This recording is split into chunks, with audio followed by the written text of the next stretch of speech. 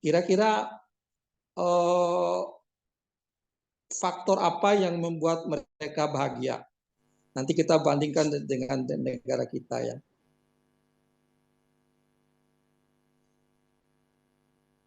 Ini dari perspektif pembiayaan pendidikan ya. Ada yang tahu Bapak Ibu?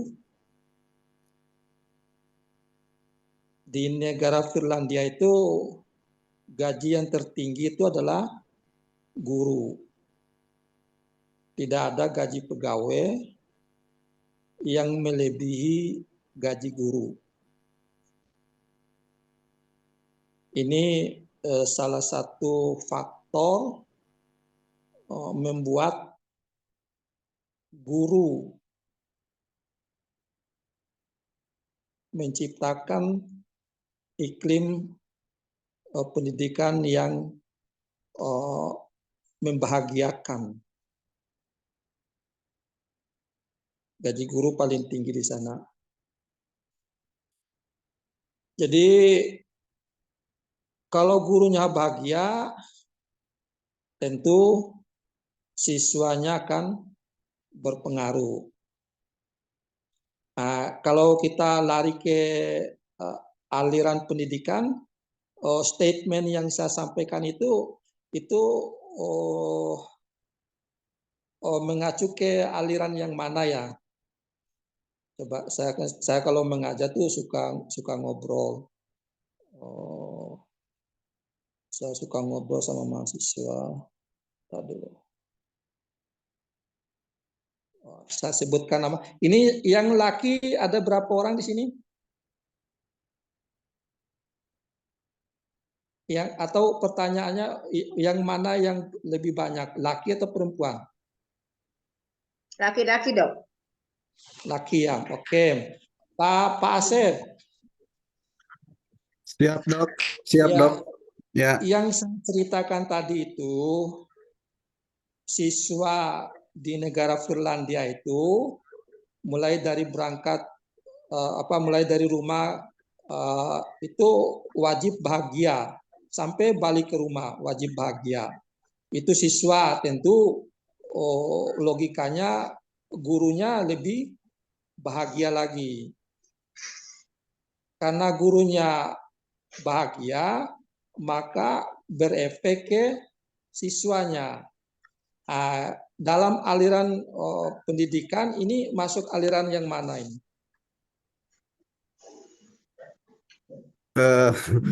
Saya sebenarnya kalau ditanya tentang aliran dok, ini rada bingung juga ya.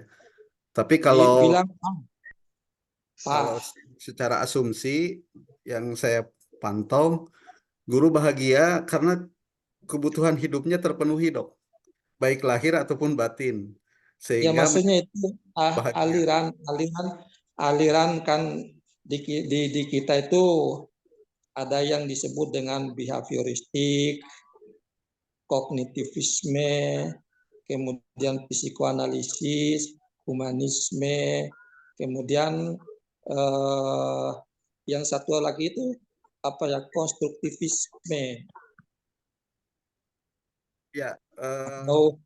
Kalau larinya lagi yang ke bahasa-bahasa kerennya itu ada yang disebut dengan Homo fulens, ada yang disebut dengan Homo sapiens, ada yang disebut dengan Homo mechanicum, kemudian ada yang disebut dengan Homo ludens. Nah, kalau di kita itu menganut aliran apa pendidikan kita itu? Masih bingung kan dok. Kalau secara realistik di lapangan, kebetulan saya guru dok, jadi guru di SMA Negeri 2 Bandung. Ini ada semacam beberapa teori yang saya pelajari, mulai dari konstruktivisme, kemudian kontekstualisme gitu ya dok ya, behavioristik gitu. Itu emang kami pelajari di level guru. Cuman pada kenyataannya di lapangan itu sebenarnya guru tidak bahagia, anak pun tidak bahagia gitu kalau dilarikan kepada kondisi di Iya. lapangan di Indonesia gitu, Dok. Nah, Nah, ini kalau kita analisis tuh Pak Asep, di kita itu menganut paham behavioristik tuh. ya Behavioristik itu kan lingkungan ya. itu apa namanya? Menganggap bahwa manusia itu kan robot ya, dibentuk oleh lingkungan. Nah, itu tokonya itu siapa itu tokonya Pak Atep? Tokonya behavioristik itu ini harus tahu ini kan Bapak Ibu kan sebentar lagi magister. Siapa tokonya Pak Atep? Siapa? Watson. Ya Pak, siap. Itu Watson itu tokoh behavioristik. Dia dengan bangganya mengatakan bahwa berilah aku 10 bayi sehat. Berilah aku 10 bayi yang sehat. Saya akan membentuknya. Mau jadi maling oke. Mau jadi penjahat oke. Mau jadi pengacara oke.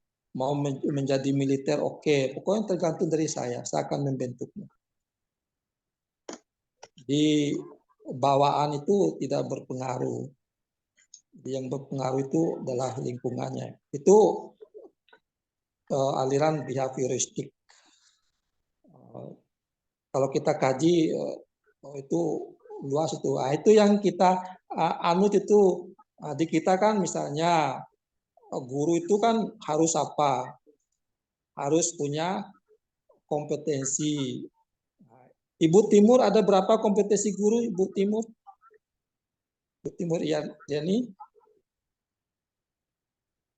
Nggak ada suaranya itu di mute. Ada 4 dok, Prof. Wah, Profesionalisme, pedagogik, apa ya? 2 lagi saya lupa. Kepribadian, kemudian satu lagi. Sosial. lagi apa? Sosial. Sosial.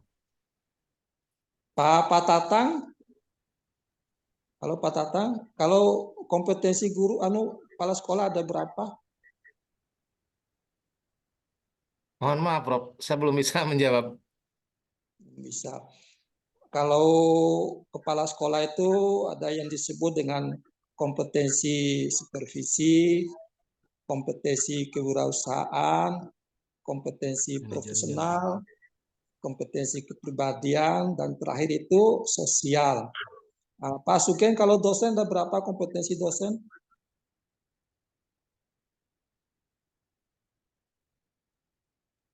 Sama, Prof. Belum tahu, Prof. Kalau dosen itu dalam penelitian saya itu saya rumuskan ada 6 kompetensi dosen itu. Pedagogik, profesional, kepribadian, sosial, penelitian, dan pengabdian. Itu kompetensi dosennya. Nah, lagi saya kan suka ngobrol ini. Pak Ahmad, kalau ada anaknya Pak Ahmad yang bertanya, apa sih bedanya guru dengan dosen?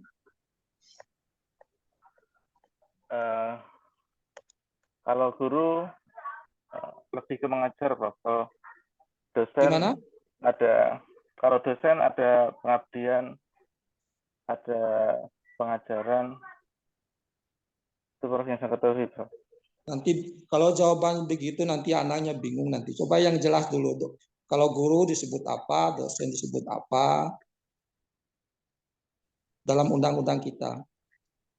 Guru adalah sebagai pendidik profesional. Kalau dosen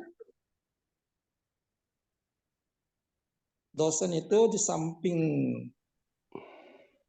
pendidik profesional juga ilmuwan. Karena dosen itu wajib melakukan penelitian dalam rangka untuk melahirkan ilmu baru, teori baru. Satu lagi ya sebelum saya lanjut ya. Ini kan basic nih.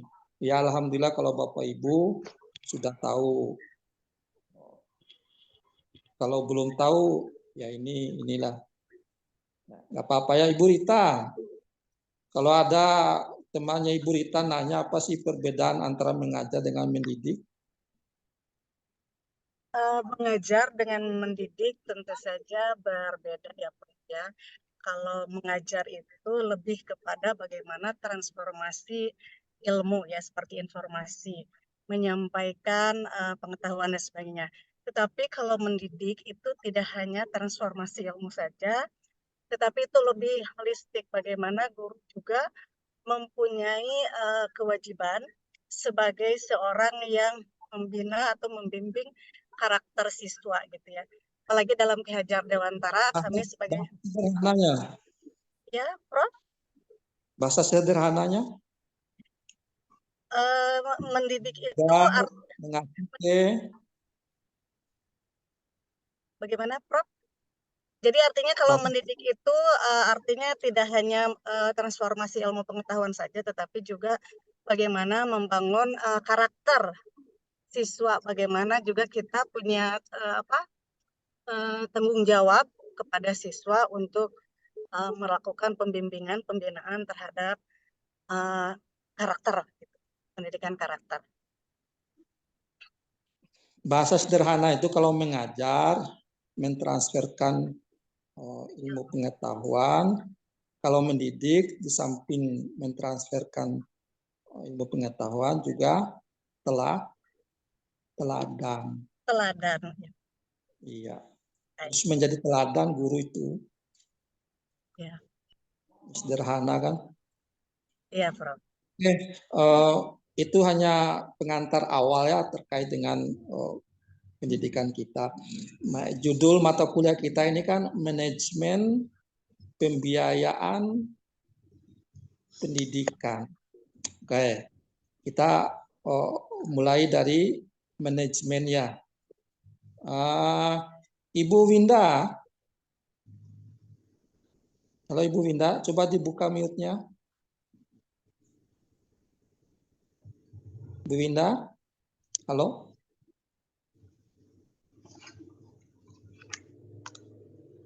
Ibu Eli, kedengaran suara saya? Kedengaran, Prof. Oke. Ibu Eli, kenapa itu disebut manajemen pembiayaan pendidikan? Saya mau tekankan ke kata manajemen. Kenapa enggak administrasi? Karena ada prosesnya, Prof. Apa bedanya antara administrasi dengan manajemen? Administrasi pendidikan dengan manajemen pendidikan. Kalau administrasi mungkin lebih ke Jangan mungkin, harus yang pasti. Saya lebih pertajam lagi. Kalau kita menggunakan teorinya Chomsky, itu ahli linguistik Amerika itu apa nama administrasi dengan manajemen itu setara dengan apa perbandingannya? Kalau administrasi mengacu ke apa? Mengacu ke kompetensi. Atau kompetensi artinya apa? Beli? kemampuan. Kompetensi, bahasa sederhananya apa? Mengacu ke Teori. Kompetensi mengacu ke teori. Oke. Kalau manajemen mengacu ke apa? Teori, kemudian teori itu lawannya apa? Praktek. Kompetensi lawannya apa? Manajemen. Oke, nah manajemen. Kompetensi tadi, kalau manajemen itu lawannya administrasi. Ya, teori lawannya praktek, administrasi lawannya manajemen. Kompetensi lawannya apa?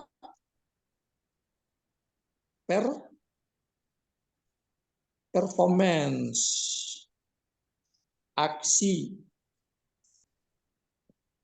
Jadi kalau menurut Chomsky itu kompetensi itu muatannya itu muatan kognitif. Kalau muatan kognitif itu Ibu Eli letaknya di mana?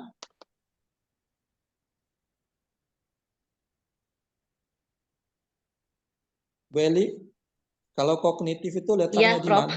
Saya sibuk mencatat. Kalau kognitif itu letaknya di mana? Di otak. Kalau mahasiswa S1 ini mas saya suruh push up itu. Kognitif, kemampuan Kognitif itu berpikir, Dok. letaknya di mana? Kemampuan berpikir. Di otak Iya, itu, betul. iya berpikir di otak Di- tuh kalau kognitif. Bilang aja di kepala. Ya. Head. Ya, kognitif itu letaknya di Kepala. Kepala. namanya kognitif. Belum saya lagi nanya lagi itu apa itu aktivitas kognitif. Bisa disebutkan salah satunya, Beli? Salah satu contoh aktivitas kognitif.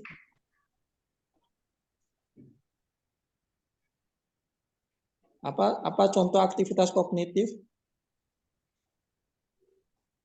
Berhitung ini basic aktivitasnya. Bentar. Ini basic nih, aktivitas kognitif. Mulai dari Satu. pengetahuan, pemahaman, menganalisis. penerapan, analisis, sintesis, dan terakhir adalah Evaluasi. evaluasi. Nah itu ranah kognitif itu maksudnya ranahnya seperti apa sih Ibu Eli? Ranah kognitif itu seperti apa sih ranahnya? Misalnya Ibu Niani bertanya ke Ibu Eli, Bu Eli apa sih itu? Oh, maksudnya ranah kognitif itu? Ibu Nia bertanya ke Ibu Eli, Bu Eli, punten, kita ranah kognitif itu kumaha sih? Apa sih maksudnya?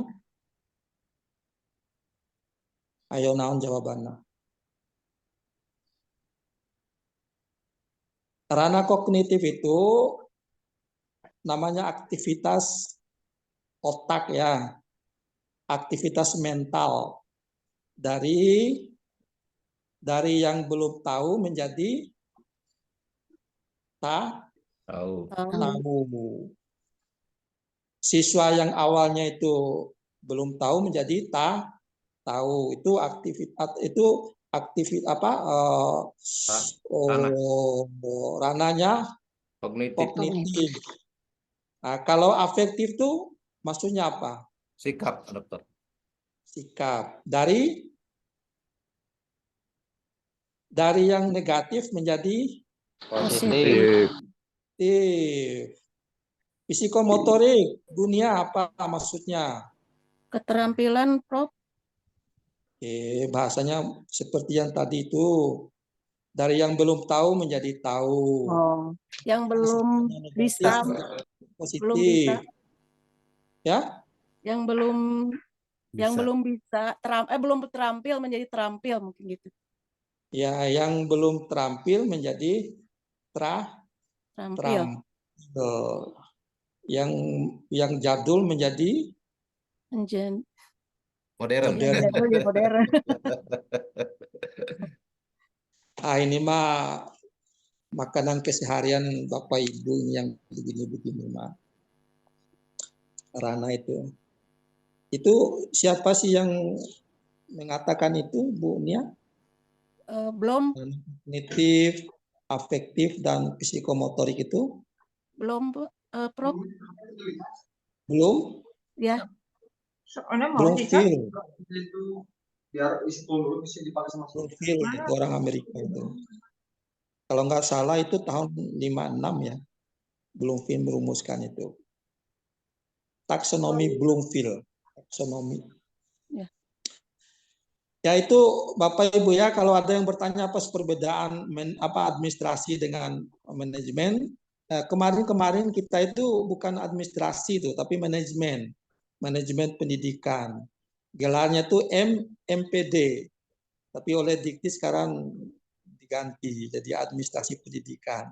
Jadi nanti Bapak Ibu itu sebentar lagi seolah akan mendapat gelar MPD. Jadi lagi bukan MPD, tapi MPD, Magister Pendidikan. Nah, kenapa kita menggunakan kata manajemen pembiayaan pendidikan? Karena manajemen itu kan bagian dari administrasi. Nah, administrasi itu kan istilah kasarnya itu kan dokumen ya, teorinya itu. Administrasi pelaksanaannya ada di manajemen. Sama dengan manajemen satuan pendidikan, bukan administrasi satuan pendidikan. Karena memang sekolah itu adalah operasionalnya. Makanya disebut dengan manajemen. Nah, itu kan manajemen itu kalau di sekolah atau lembaga pendidikan yang saya rumuskan di buku saya yang baru itu, kalau TERI itu kan mencantumkan empat ya, ada perencanaan, kemudian actuating ya, kemudian ada pengkoordinasian, kemudian apalagi itu pengkondisian, ada 4 ya itu. Actuating. Nah, kalau yang ini kan buat pendidikan ya. Kalau yang buat perusahaan itu ada 7 dia itu, yang dirumuskan oleh Frederick. Tokoh atau bapaknya manajemen itu adalah Harry Fayol. Nah, saya di buku saya yang baru ini saya rumuskan itu ada 5. Jadi manajemen itu diawali dengan identifikasi. Setelah identifikasi, kemudian perencanaan. Setelah perencanaan, pelaksanaan, kemudian setelah pelaksanaan, evaluasi, dan terakhir itu penindaklanjutan. Jadi perencanaan itu disusun berdasarkan hasil dari identifikasi. Dari identifikasi itu mengacu pada pengenalan. Mengenal, memetakan, memastikan unsur-unsur yang menjadi poin penting untuk dijadikan sebagai perencanaan. Jadi perencanaan itu disusun berdasarkan satu, hasil dari identifikasi. Kemudian 2, berdasarkan kebutuhan, bukan keinginan. Yang ketiga, faktual, berdasarkan data. Yang keempat, objektif, tidak ada embel-embelnya. Nah, itu unsur perencanaannya. Nah, di buku saya itu ada semua saya bahas tentang manajemen itu. Itu terkait dengan manajemennya. Bapak Ibu ada yang mau bertanya sebelum saya lanjut ke pembiayaan? Kita ini sampai 8.30 karena ada rapat ya, rapat mahasiswa dan dosen. Prof, halo Prof. Malaysia ya. Ya, Prof. Baik, saya ingin pandangan dari Prof berkaitan dengan perencanaan yang tadi terakhir dibicarakan oleh Profesor. Ya.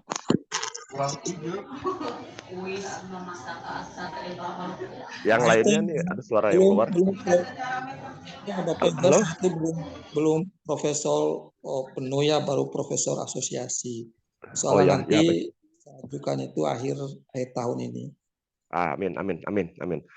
Begini Dok, tadi dikatakan perencanaan itu meliputi 4, identifikasi, kebutuhan, faktual, data, dan objektif.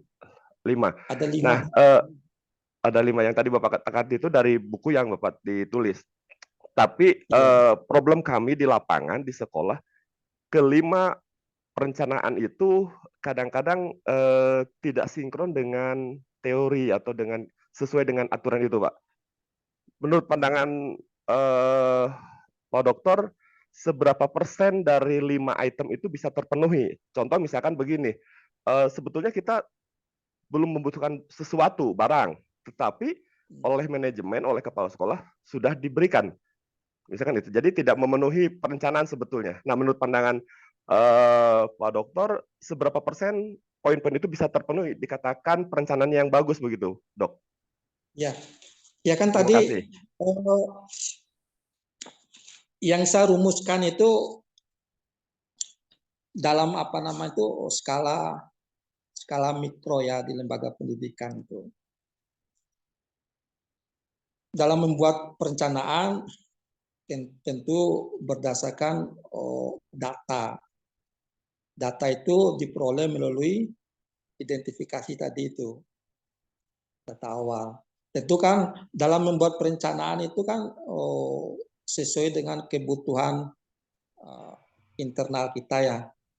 Iya. Makanya salah satu poin dalam perencanaan itu yaitu dibuat berdasarkan kebutuhan, bukan berdasarkan keinginan. Nah, ini dulu nih.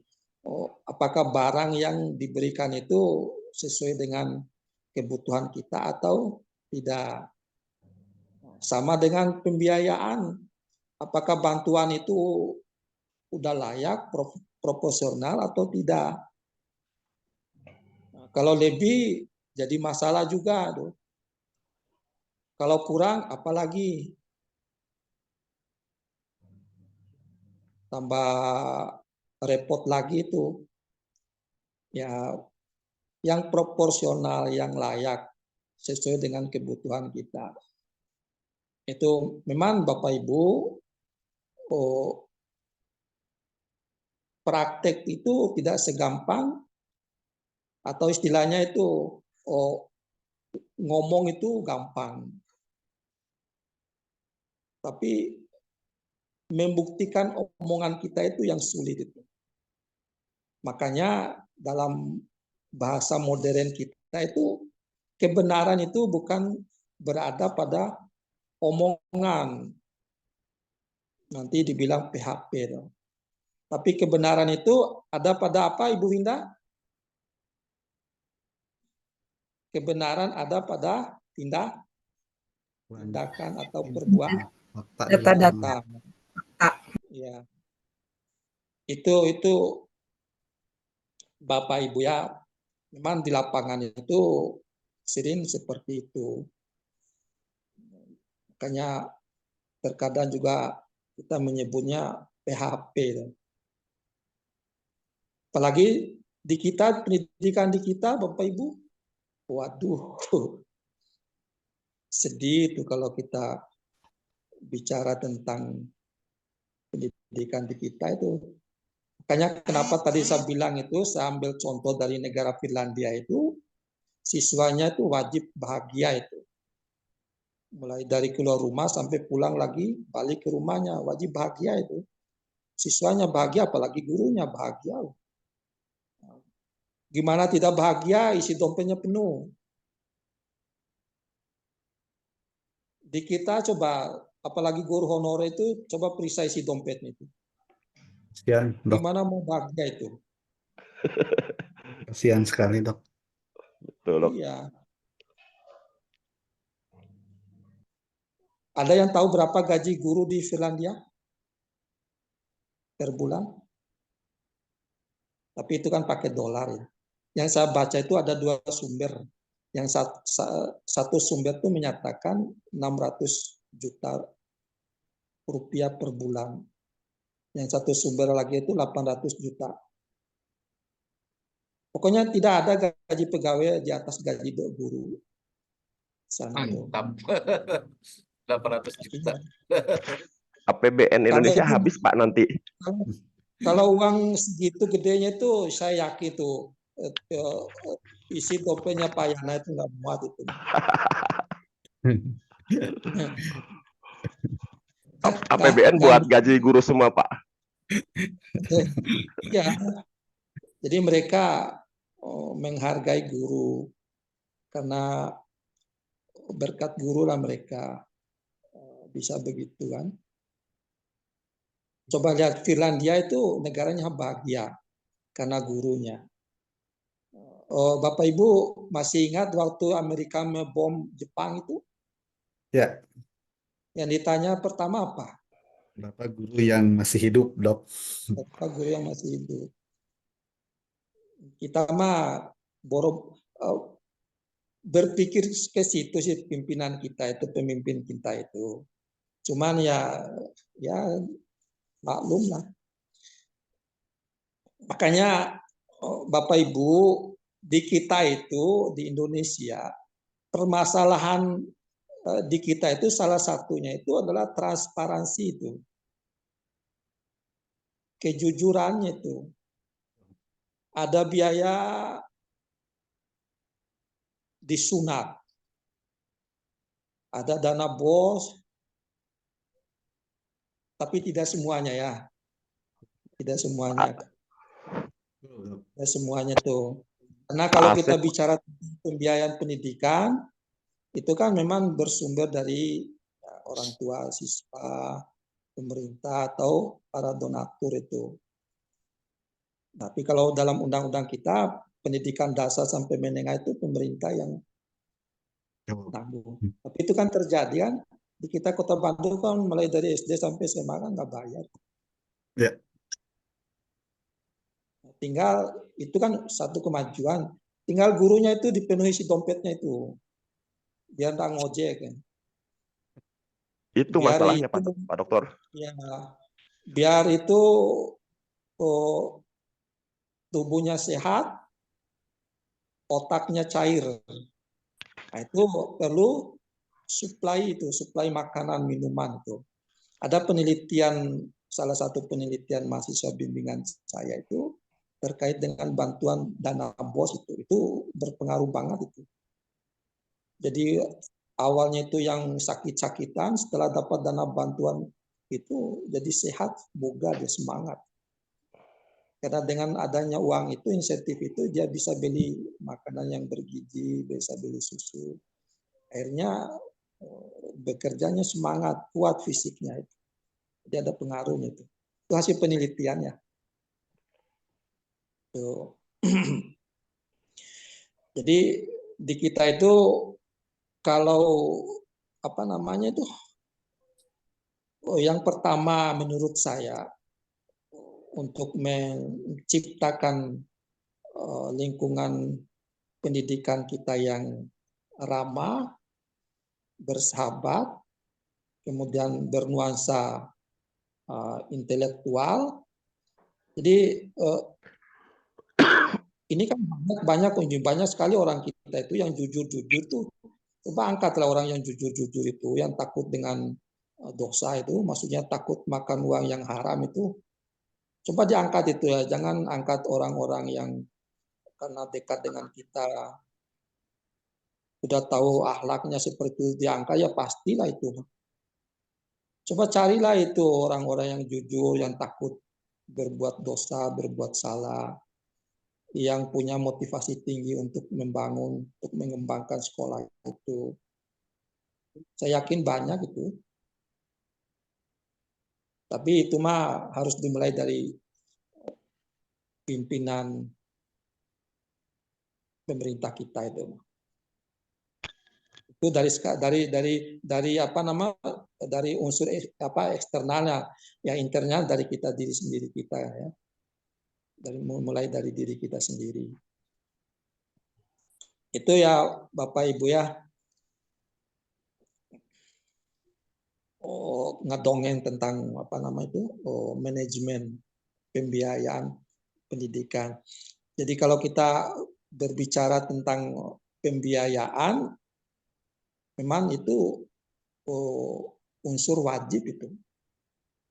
Pembiayaan pendidikan itu unsur wajib itu. Banyak yang dapat dimanfaatkan dalam rangka untuk income di sekolah itu. Tapi saya juga tidak setuju kalau siswa itu dijadikan objek untuk bisnis. Karena pendidikan itu bukan ranah bisnis ya. Bukan ranah bisnis kan?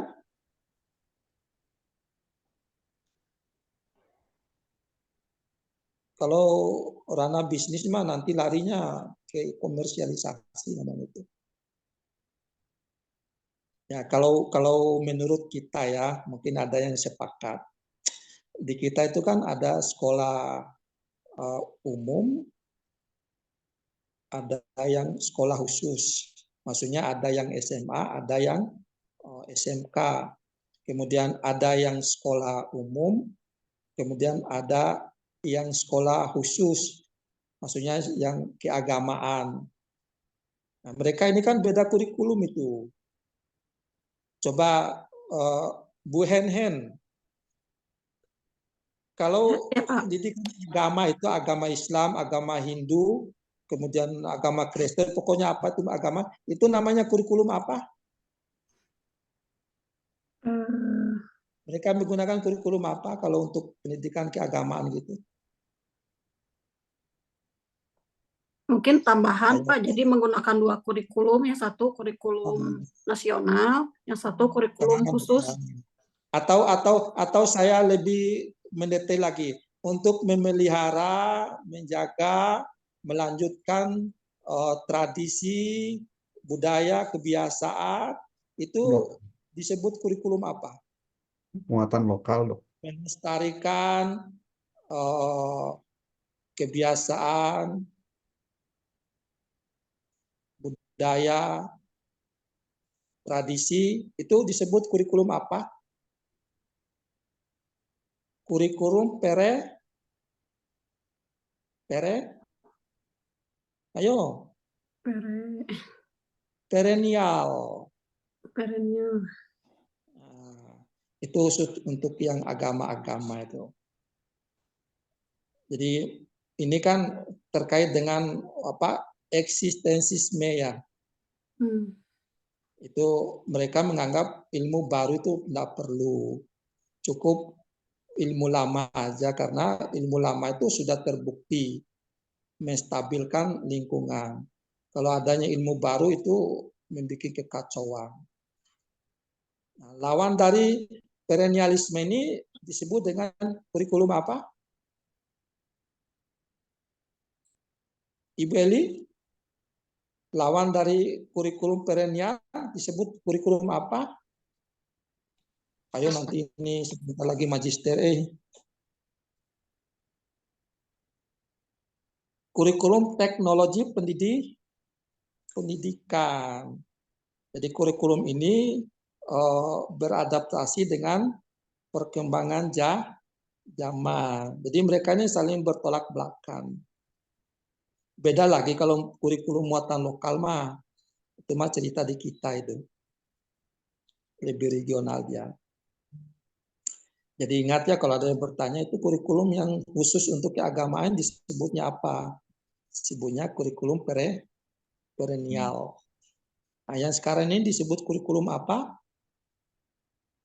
Kurikulum teknologi pendidikan, apapun itu namanya itu. Yang sekarang mulai kurikulum merdeka itu, tapi itu disebutnya kurikulum teknologi pendidikan. Jadi dia menganalisis atau beradaptasi dengan kemajuan zaman.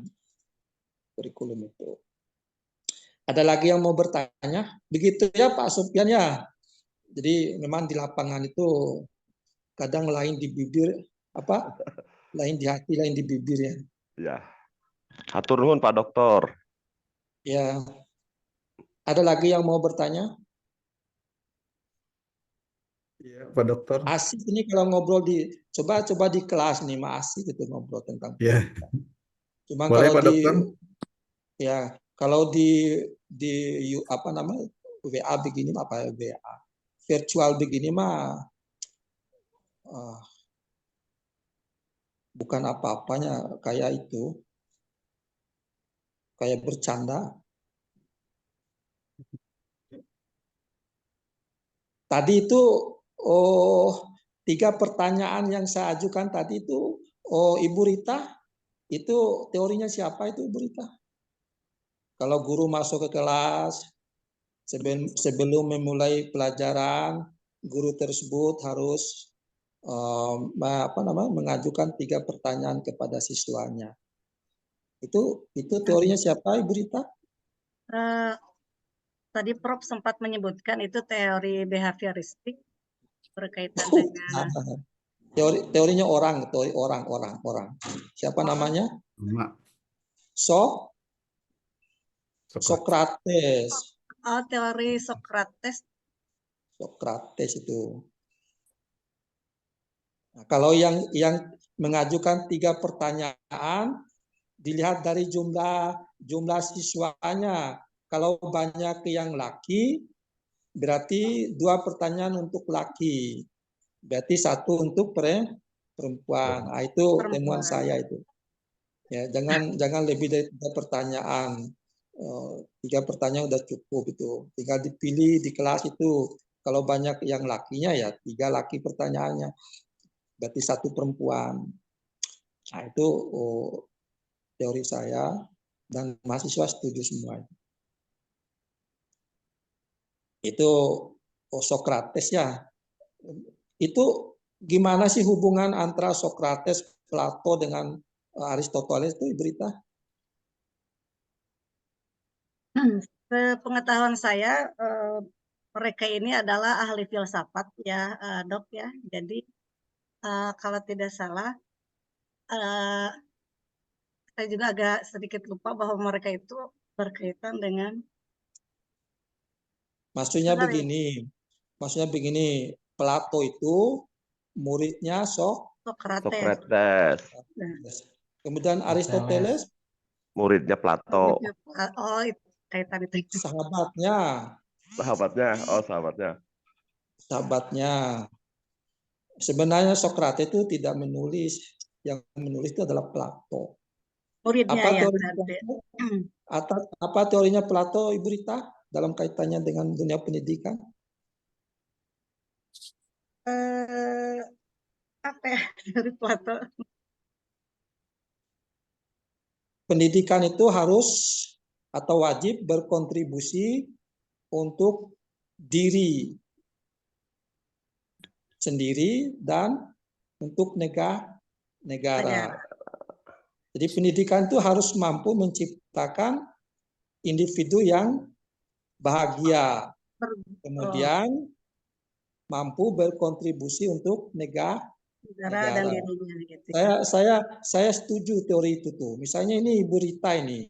Ya. Ibu Rita kan menuntut ilmu ya, bersekolah, berkuliah, udah jadi magister, dapat apa nama itu golongan 3B. Nah itu kan digaji tuh sama negara itu ya. Dapat gaji kan? Ya betul. Uang gaji itu dipakai buat apa? Buat diri kan? Betul. Bisa beli make up biar cantik, bisa beli susu biar segar, bisa beli makan yang enak, yang manis. Itu kalau ada semua itu kan bahagia kita kan? Betul. Dapat gaji dari pemerintah melalui aktivitas nyata dan itu halal dan berkah. Kemudian Ibu beraktivitas mengajar di sekolah, mentransferkan ilmu pengetahuan kepada siswanya. Dan itu sebagai faktual atau realitas bahwa Ibu sudah berkontribusi kepada negara. Nah, itu teorinya Plato itu. Jadi kita itu wajib memiliki itu tuh. Wajib bahagia. Nah, kalau saya cerita tadi itu kalau isi dompetnya tipis gimana mau bahagia? Apalagi kalau kaum bapak-bapak keluar rumah isi dompetnya tipis, nanti tidak fokus ngajarnya itu. Kalau pulang-pulang nanti dimarahi sama istrinya. Jadi Dok, ya, kebahagiaan identitas dengan materi begitu? Nah, begini, secara secara filsafat itu begini Bapak Ibu ya, di buku saya itu saya nyatakan bahwa pendidikan itu adalah pelita peradaban manusia. Pendidikan itu yang membawa kita kepada kebajikan. Kebajikan itu kalau kata Aristoteles itulah merupakan nilai intelektual tertinggi. Dari kebajikan kita mendapatkan kebahagiaan kebahagiaan. Tujuan akhir dari pendidikan itu adalah mencapai kebahagiaan. Bagi kita orang Muslim, Supaya kebahagiaan kebahagiaan dunia dan kebahagiaan Ya. akhirat. akhirat. Itu tujuan pendidikan itu. Tujuan Betul. pendidikan itu untuk mendapatkan kebahagiaan, Kebahagiaan dan kebahagiaan selamat dunia dunia akhirat. Ya. dan kebahagiaan akhirat. Mau buktikan pendidikan itu mampu membahagiakan kita? Minimal Bapak Ibu tidak dibohongin oleh orang. Kalau dibohongin sama orang, enggak bahagia nanti kita. Kemudian Izin Pak, juga itu bekal kita untuk di akhirat. Dan timbangannya itu berat itu. Dengan pendidikan kita mampu bertahan hidup. Dengan pendidikan kita mampu membedakan mana yang salah, mana yang benar, mana yang baik, mana yang buruk. Dengan izin Pak pendidikan, Dokter, ya, sesuai dengan surat dari Prodi Pak Dokter 8.30 kita harus zoom di iya ya, iya. ya, Oke, Dokter. nanti kita lanjut lagi. Ya, Ya. kalau kita juga nggak ikut itu nanti. Ya, mengingatkan aja Pak Dokter. Nuhun Pak Ya, Dokter. Bapak Ibu. Jadi saya menyampaikan ucapan terima kasih atas kehadirannya. Mohon maaf ya apabila ada kesalahan, salah ucap, salah kata ya. Kemudian kita tutup semoga Allah mencatatnya sebagai ibadah ya. Amin. Amin. Ya Rabbal Ya, Alamin. Dok. Ya, Alhamdulillah. ya, terima kasih dok. Ya, kita tutup dengan membaca hamdalah. Alhamdulillahirabbil alamin. Ya, assalamualaikum warahmatullahi wabarakatuh. Waalaikumsalam warahmatullahi Wabarakatuh. Terima kasih Selalu, Dok. Dok. Ya, terima. Nanti kita Pindah gabung Zoom di ya. sekolah ya. Teman-teman pindah Zoom. Pindah. Zoom. Yuk, Pindah ke Zoom. taksonomi Nanti ini belum, live ke ya. taksonomi belum. Assalamualaikum. Iya, pasti udah gitu.